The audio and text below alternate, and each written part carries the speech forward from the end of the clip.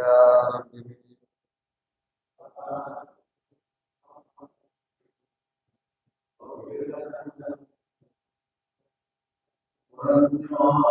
يا أكرم بما لمن ألوذ به سواك عند حلول الحديث الآمن يا رب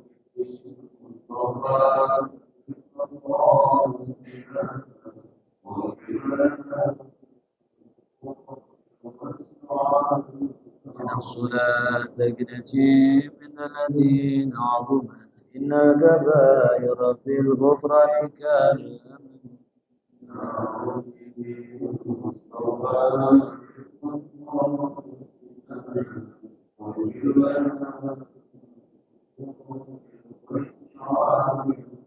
اللهم صل وسلم وبارك عليه. الفاتحة بداية الفتوح والنبوة والرسول والتوبة والصوم وصلاح الجسد والروح وإلى حضرة النبي مصطفى رسول الله صلى الله عليه وسلم شيخنا الإمام محمد بن إدريس الشافعي وسمى الله شيخنا الإمام بن حجر الأسقلاني وسمى الله شيخ زاد الأنصاري وأوصلهم وفرهم أن الله يدنا الشيخ عبد الرحمن مغفره وينفعنا بأسرارهم وأنوارهم وعلومهم ونفحاتهم بالدين والدنيا والآخرة. الفاتحة. أعوذ بالله من الشيطان الرجيم. بسم الله الرحمن الرحيم. الحمد لله رب العالمين الرحمن الرحيم مالك يوم الدين إياك نعبد وإياك نستعين اهدنا الصراط المستقيم صراط الذين أنعمت عليهم غير المغضوب عليهم ولا الضالين.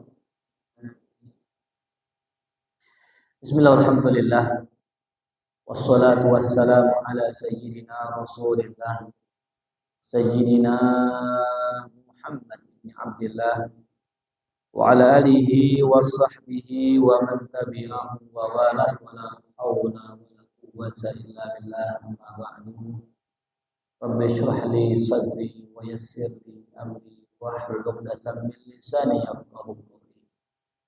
Alhamdulillah, puji syukur kehadirat Allah Subhanahu wa taala di malam Khamis sebagaimana biasa kita duduk bermujalasah bermuajahah di dalam kita melaksanakan salah satu kewajiban kita yaitu thalabul ilm. Sebagaimana kita maklum, kita mengisi hari-hari kita mengisi setiap pekan kita dengan ilmu. Ada kalanya kita waktunya mengamalkan ilmu. Karena berkata Fadilatul Syekh Yusri Al-Qadhi, beliau mengatakan al-ilmu yahtaju ilal amal. Ilmu itu membutuhkan amal. Wal amalu yuthmirul ahwal. Dan amal itu membuahkan keadaan hati. Wal ahwal tuaddi ila ma'rifah. Dan keadaan hati itu bisa membuahkan ma'rifah. Wal ma'rifah huwa ghayatul insan. Dan ma'rifatullah adalah tujuan hidup manusia. Nah, jadi ilmu butuh amal, amal membuahkan ahwal. Ini saya akan jelaskan sedikit ya. Jadi para hadirin rahimakumullah, orang kalau punya ilmu enggak diamalkan ilmu tersebut, maka tidak akan membuahkan ahwal. Ahwal itu bisa kita bilang rasa. Ya. Itu sama kayak kita punya teh, tapi tehnya kita nggak minum. Bisa ngerasain nggak tehnya gimana? Maka kalau kita sudah dikasih teh, sudah punya teh, maka tugas kita adalah mencicipi, nyoba. Sama kita punya ilmu. Ya. Ilmu yang sudah kita pelajari, tinggal kita cobain, biar nanti muncul ahwal. Ya. Kalau kata orang-orang tasawuf, ya, hal. Cuman zamannya apa? Ahwal atau keadaan hati, baik itu senang ataupun sedih ataupun al-qabdu sesak ataupun albastu lapang itu pasti akan muncul di hati orang yang mengamalkan ilmu. Makanya kadang orang ngaji ini para hadirin bertahun-tahun ngaji cuman hatinya hambar, hatinya hambar. Kok aneh, sholat nggak pernah nangis, baca Quran nggak pernah nangis, hidup kayaknya sumpah melulu. Nah itu pertanda ilmu yang kita pelajari belum betul-betul kita amalkan sehingga tidak membuahkan ahwal. Maka Allah berfirman dalam Al-Quran, innamal mu'minuna alladzina idza dzukirallah wajilat qulubuhum. Sungguh orang beriman para hadirin, kalau disebut nama Allah maka bergetar hati mereka. Nah pertanyaan kita, kalau seandainya kita disebut nama Allah atau disebut ayat-ayat Allah, bergetar nggak hati kita? Kalau ada getaran khusus, ada getaran di hati kita, pertanda kita termasuk minal mu'minin. Orang yang mendapatkan hal, orang yang mendapatkan rasa manis ya, iman di dalam hati kita. Nah, hal yang sudah muncul di hati kita kadang datang, kadang pergi. Ya, makanya kadang baca Quran nangis, baca Quran sedih, kadang lagi biasa aja. Kadang sholat sedih, kadang sholat biasa aja. Nah, itu namanya hal para hadirin. Datangnya begitu. Tapi kalau seandainya itu hal berulang-ulang kali datang, udah rusuk fil qulub, sudah menetap di hati, maka dinamakan makom. Dinamakan makom. Makanya dalam ilmu tasawuf ada hal, ada makom. Hal yang datang kadang-kadang, makom yang sudah terus-menerus. Ya.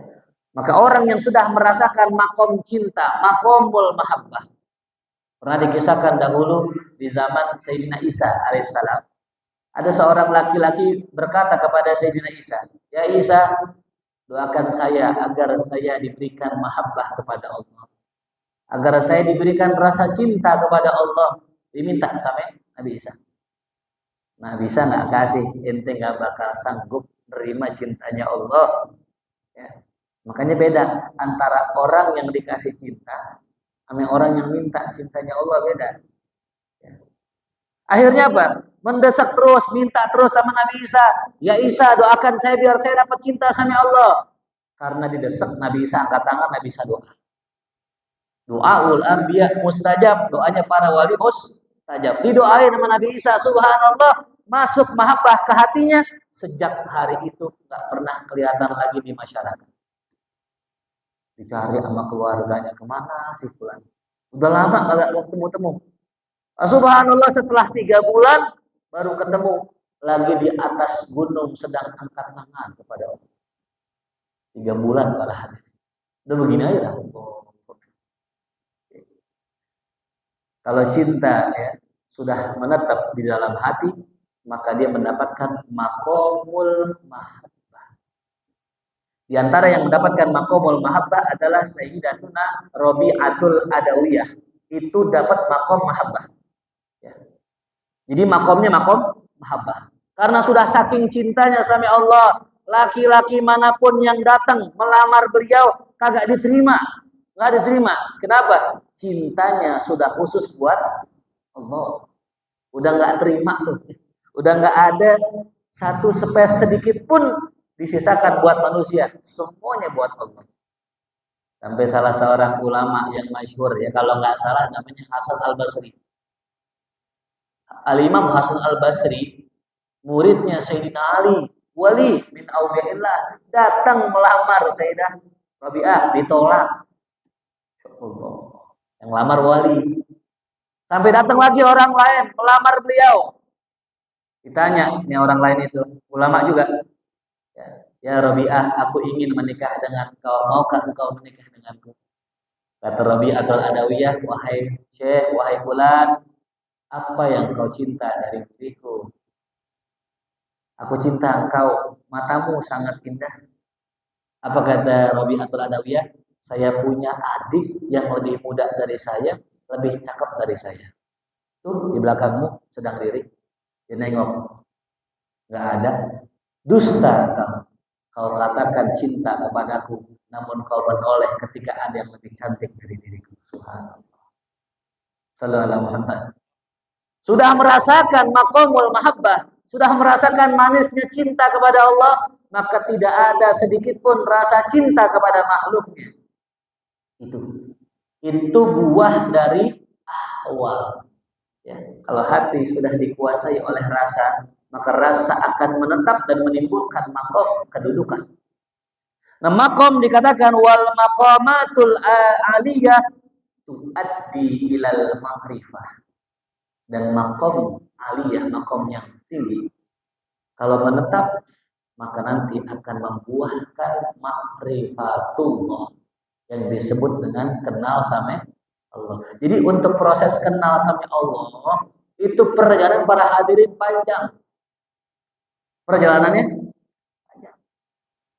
Dari mulai seseorang tersebut mengamalkan maqamatul Islam, mengamalkan rukun Islam, syahadat, sholat, zakat, puasa, haji, ibadah-ibadah yang zahir dulu kita kerjain.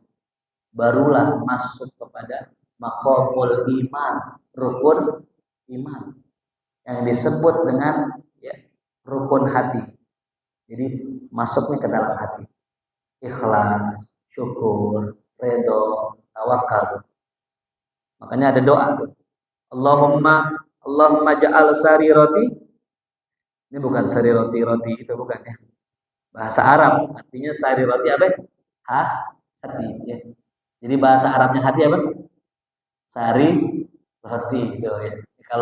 Kalau kita kan taunya hati apa? Kolbun ya. Kolbun. Kalau ini sariroh, bagian sir, bagian rahasia dalam diri kita.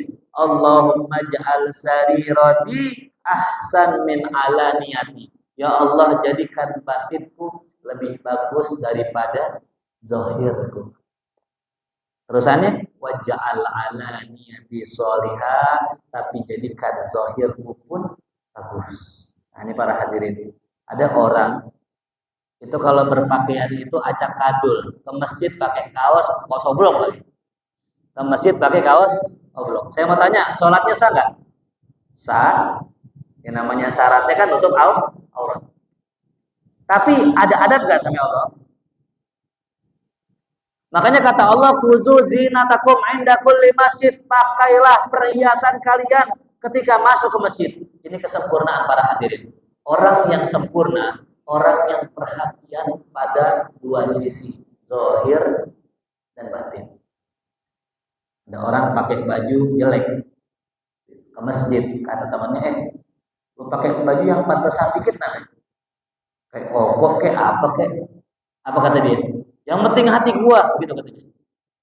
Yang penting hati. Omongan begini bener salah? Salah. Kalau seandainya yang penting hati, Rasul nggak bakal negor sahabat yang mana yang suatu hari Rasul lagi khutbah, para hadirin. Rasul lagi khutbah. Itu tiba-tiba tercium aroma bau badan yang tak sedap dari sahabat yang ada di bawah. Jadi ini sahabat sholat Jumat kagak mandi. Agak mandi. Datang rumahnya jauh. Bajunya udah gerah keringetan, kagak mandi lagi. Coba bayangin bagaimana. Dan yang begitu nggak satu dua orang, banyak, penuh, rapat, ya. Coba nih dah, khotbah Habib Rizik, ramai nggak jemaah? Nah, sekarang khotbahnya Rasulullah, khotibnya Rasulullah, penuh. Rasul lagi khotbah, Rasul tegur. Apa kata Rasulullah? Wahai para kaum muslimin, selayaknya bagi kalian kalau mau ke masjid, mandi. Ditegur sama Rasulullah. Mandi urusan zahir apa batin? Zahir. Nah, maka tadi rukun Islam, zahir, rukun iman, batin. Barulah yang ketiga yang disebut rukun al-ihsan. Nah ini dia nih. Apa al-ihsan ini? Ini ajib luar biasa. Ihsan itu asal katanya ahsana yuhsinu ihsanan. Maknanya memperbagus, menyempurnakan. Jadi kalau orang sudah sampai makom ihsan, berarti sudah sempurna dia. Ya.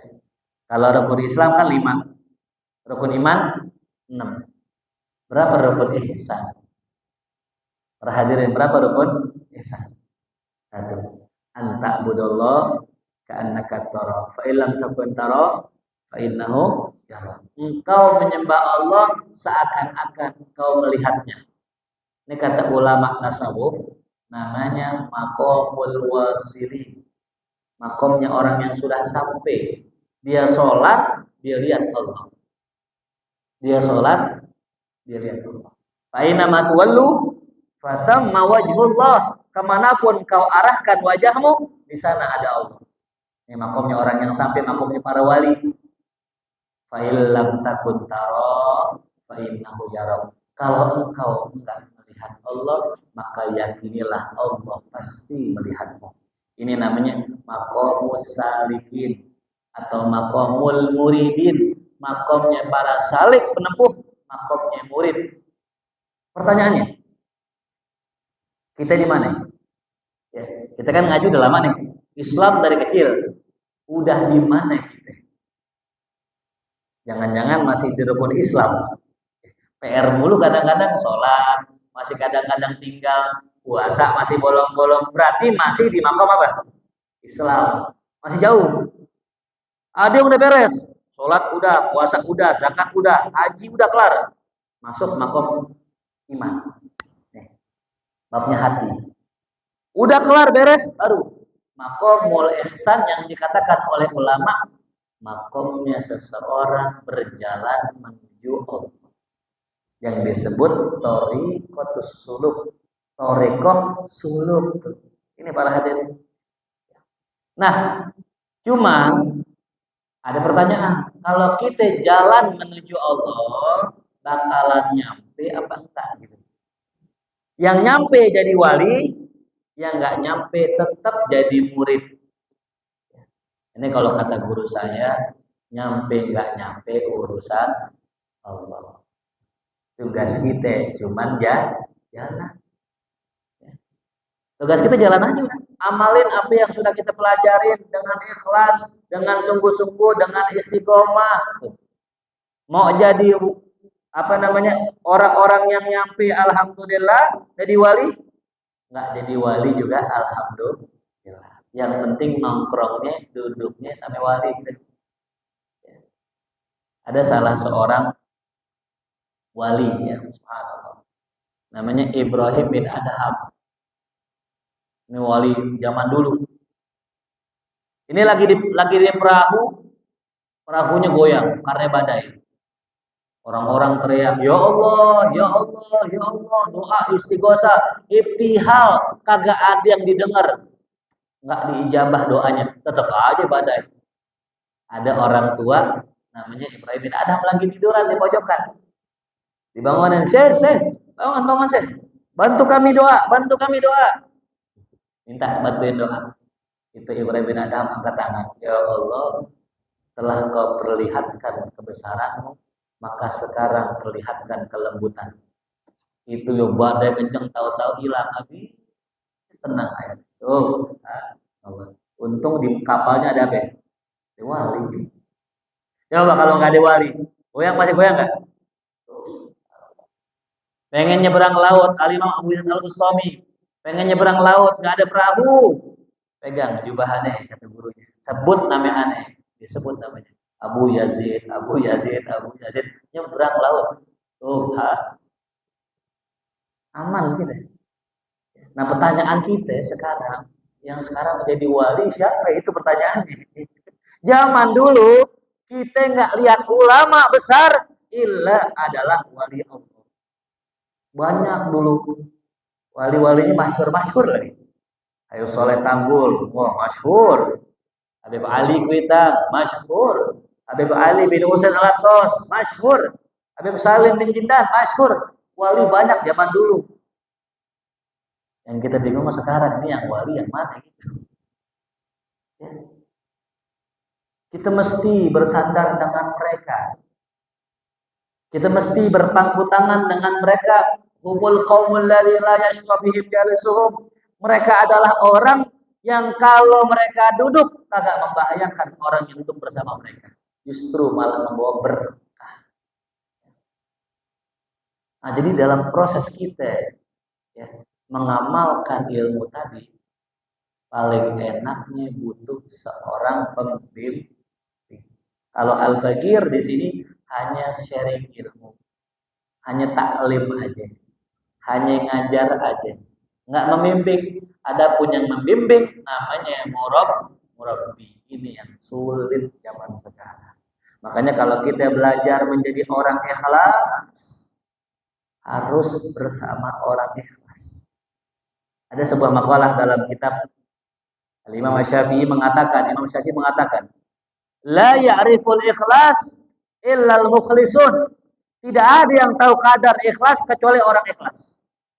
Ya. Makanya kita diperintahkan sama Allah, wa ma umiru illa liya'budullaha mukhlishina lahuddin. Ilmu ada, amal ada, ikhlas nggak ada, nggak diterima sama Allah. Pertanyaannya, buat jadi orang ikhlas itu gimana ini? Butuh kita duduk sama orang ikhlas. Nah, termasuk nih, sebenarnya saya pengen kisah banyak tentang Imam Syafi'i. Satu poin aja. Imam Syafi'i, ulama terkenal dalam bidang fikih. Ya. Tapi kalau kata guru saya almarhum Al-Maghfur Laki Haji Abdul Hamid Husain, saya punya guru. Imam Syafi'i itu sufi beliau. Ya. Jadi yang orang baca Imam Syafi'i itu kayaknya ulama fikih, ulama zahir, padahal bukan hanya itu. Imam Syafi'i orang yang sangat bersih punya hati. Bersih hatinya. Ya. Bahkan dalam beberapa ya, kisah dikisahkan beliau punya murid namanya Al-Imam Rabi bin Sulaiman. Muridnya ya cerita, tazawwajtu, aku pengen nikah. Kemudian Rabi bin Sulaiman ditanya sama Imam Syafi'i gurunya, ya Rabi, kam asdaqtaha, berapa ente pengen kasih mahar tuh calon ente? Ya. Fakultu salatina dinaron, aku bilang 30 dinar. Ya, ini kita konversikan. 1 dinar 4 juta. 30 dinar berapa juta? 120 juta. Amat duit cepet gitu. Udah gambar tuh ya. Dikasih mahar tuh bininya 120 juta. Saya mau tanya, orang Kuitang ada gak yang ngasih mahar segitu? Hah? Ada. Kalau ada saya punya adik saya masih ada 2. Ya. Ini nggak gemen-gemen ini. Al-Imam Rabi bin Sulaiman ngasih 120 juta, tapi masih kurang. Masih ngutang. Kurang berapa? Berapa yang ente kasih dari 30 dinar tadi? Cuman mampu 6 dinar. Cuman mampu 6 berapa juta? Hah? Berapa? 4 juta dikali 6 berapa? 16 ya? Hah? 24 juta. Kurangnya berapa? 100 juta kurang tuh. Subhanallah. Maka Imam Syafi'i naik ke atas rumahnya. Naik ke atas rumahnya. Beliau ambil sekantong duit emas. Beliau buka, isinya ada 24 dinar dikasih ke muridnya. Allahu Akbar. 100 juta kurang lebih. Ya, tuh murid mau kawin, yang ngongkosin siapa? Gurunya. Ada guru yang begitu. Kalau ada, saya mau jadi muridnya, mau daftar gitu. Mumpung pengen kawin nih kan. Tuh Imam Syafi'i ini nggak pernah dikasih lihat. Ya. Bahkan Imam Syafi'i dikatakan oleh seorang ulama, karena Syafi'i askhan nas bima yajidu. Imam Syafi'i itu orang yang paling dermawan dengan apa yang dia punya. Kama yamurru bina, sebagaimana pernah Ada sebuah kisah, ya. Wa kana yamurru bina fa in wajadani wa illa qala. Tuh. Imam Syafi'i itu kalau makan, ya, itu pasti selalu manggil orang lain. Panggil si fulan, suruh makan barengan nih. Kalau dia nggak mau makan, Anda nggak mau makan. Imam Syafi'i. Apapun Imam Syafi'i. Kemudian dalam riwayat yang lain dikatakan, aflastu min dahri salasa marrat. Aku pernah rugi kata Imam Syafi'i 3 kali. Jadi pernah bangkrut, pernah pailit, nggak punya duit sama sekali. 3 kali. Warubbama akaltu tamra bisamak, dan terkadang aku makan korma pakai ikan. Korma pakai ikan. Ini kan udah miskin banget. Zaman dulu makanannya kalau nggak nasi apa ya? Roti. Ini pakai korma sama ikan. Ya Allah. Dan kemudian Imam Syafi'i rahimahullah juga humila ilaihil ma, pernah dikasih harta Imam Syafi'i. Pada Abi Hajjamin, Imam Syafi'i manggil tukang bekam, ya, tukang bekam. Fa'afada min sya'rihi, ya, kemudian ambil tuh, ya, rambutnya, disuruh apa namanya, potong cukur juga. Wa atahu khamsina dinaron, tukang cukur, tukang bekam itu dikasih 50 dinar. Ya. Berapa itu 50 dinar tuh? Masya Allah, 200 juta. Allah. Jadi Imam Asy-Syafi'i rahimahullah itu dikatakan, ya, beliau sendiri mengatakan, ya, ma fariktu minal faqri qat, saya nggak pernah kosong dari yang namanya kesusahan. Jadi tiap saat susah. Tapi yang unik, kalau sedekah nggak pernah kecil, sedekahnya gede. Suatu hari Imam Syafi'i dikasih 200 dinar. Berapa itu 200 dinar? Banyak lah pokoknya. Enggak pulang sampai rumah, duitnya udah habis semua. Allahu Akbar. Dan beliau mengatakan dalam sebuah makalahnya, masyabitu munzu sittata asyar. Aneh nggak pernah kenyang sejak usia aneh 16 tahun. Orang yang dermawan, suka ngasih duit, siapa aja dikasih duit, hidupnya susah.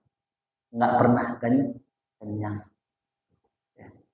Ini kenapa alasannya mazhab Imam Syafi'i sampai sekarang masih ada, itu alasannya.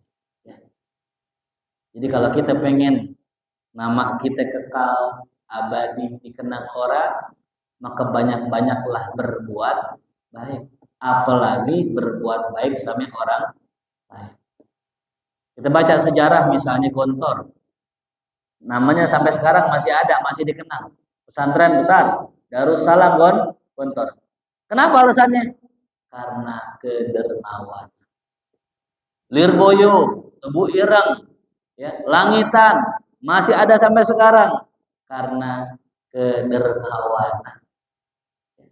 Bahkan imam yang 4, Al-Imam Abu Hanifah radhiyallahu anhu, beliau kalau masuk bulan puasa, masuk Ramadan nih, pengajian taklim libur. Libur, bukan aja libur. Santri yang biasa dikasih beasiswa, bulan puasa dikasih double. Misalnya sebulan 3 juta. Ini santri bulan puasa dikasih 6 juta. Biar apa? Biar kagak nyari duit, biar fokus ibadah. Ajib gitu. Kira-kira jamaah kalau saya bagi 3 juta seorang mau nggak? Hah? Kok pada diem aja kayaknya. Saya mau tanya doang sih, mau nanya doang. Kalau masih sih belum ada duitnya nih. Kira-kira gitu kalau saya bagi mau. Para jamaah rahimakumullah, ya. Innamal amalu niat. Jadi niat aja dulu gitu. Ya. Nggak salah. Ya, nggak salah. Kita nih kadang, mohon maaf ya, kadang kita nggak beramal, udah nggak amal kagak niat begitu. Contoh, pengen penutupan, ya Allah, kita pengen ke rumah guru-guru bawa hadiah, pengen ke rumah orang tua bawa hadiah. Kalau di sini istilahnya namanya apa? Kalau datang ke rumah orang tua namanya apa istilah? Ada istilahnya? Hah? Munggahan, nah munggahan. Pas banget nih munggahan bulan Sya'ban. Kalau kata orang saya bulan ruah namanya. Bulan ruah. Kagak punya duit, kagak ada rezeki nih, belum belum nongol nih duit. Mana narik-narikan anyep mulu sih. Kagak bunyi-bunyi itu aplikasi itu. Niat. Niat. Ya Allah, saya pengen ke rumah ya Abu Bakar. Saya pengen bawa duit 50 juta buat kiai. Boleh nggak? Niat begitu boleh nggak? Boleh. Ya Allah, saya pengen di bulan puasa kuitang saya kasih duit 30 juta buat sebulan operasional. Masya Allah. Bagus nggak? Boleh nggak niat begitu? Ada nggak duitnya? Nggak ada. Jangan khawatir para hadirin. Ada sebuah kisah. Diceritakan ada orang di Bani Israel di zaman itu terjadi paceklik, kelaparan semua. Ada seorang solihin, orang miskin, nggak punya duit. Dia melintasi padang pasir. Dibilang dalam hati ini, ya Allah, ini kalau padang pasir semua ini isinya beras, gandum, punya saya nih. Kalau seandainya ini nih padang pasir dijadiin engkau beras, saya pengen sedekahin buat orang-orang kampung yang kelaparan. Subhanallah, nggak lama tuh orang meninggal. Meninggal ternyata masuk surga. Kenapa masuk surga? Karena niatnya untuk sedekah. Jadi malaikatnya para hadirin, kalau kita niat begitu, udah dicatat niatnya. Bang Rahmat niat pengen sedekah, mau Ustad nanti aneh pengen sedekah rokok 1 slop, tulis malaikat. Kalau punya duit, nah masalahnya duitnya belum nongol. Gitu. Jadi para hadirin kalau kita besok masuk bulan puasa nih saya kasih resep. Pengen dapat pahala banyak, amalan dikit, banyakin niat. Ya kan kita nih malum dah ya, namanya manusia punya kadar. Saya mau tanya di sini, ada gak yang sanggup khataman Quran 10 kali selama bulan puasa? Nggak sanggup ya? Udah niat aja. Ya Allah, saya niat pengen khatam Quran 10 kali. Ternyata dapatnya cuma 3 misalnya. Tertulis di catatan malaikat hatamnya berapa? 10. Ya Allah, saya pengen sholat malam sepanjang malam. Saya pengen diri sepanjang malam. Dapatnya menterawe doang. Tertulisnya sepanjang malam.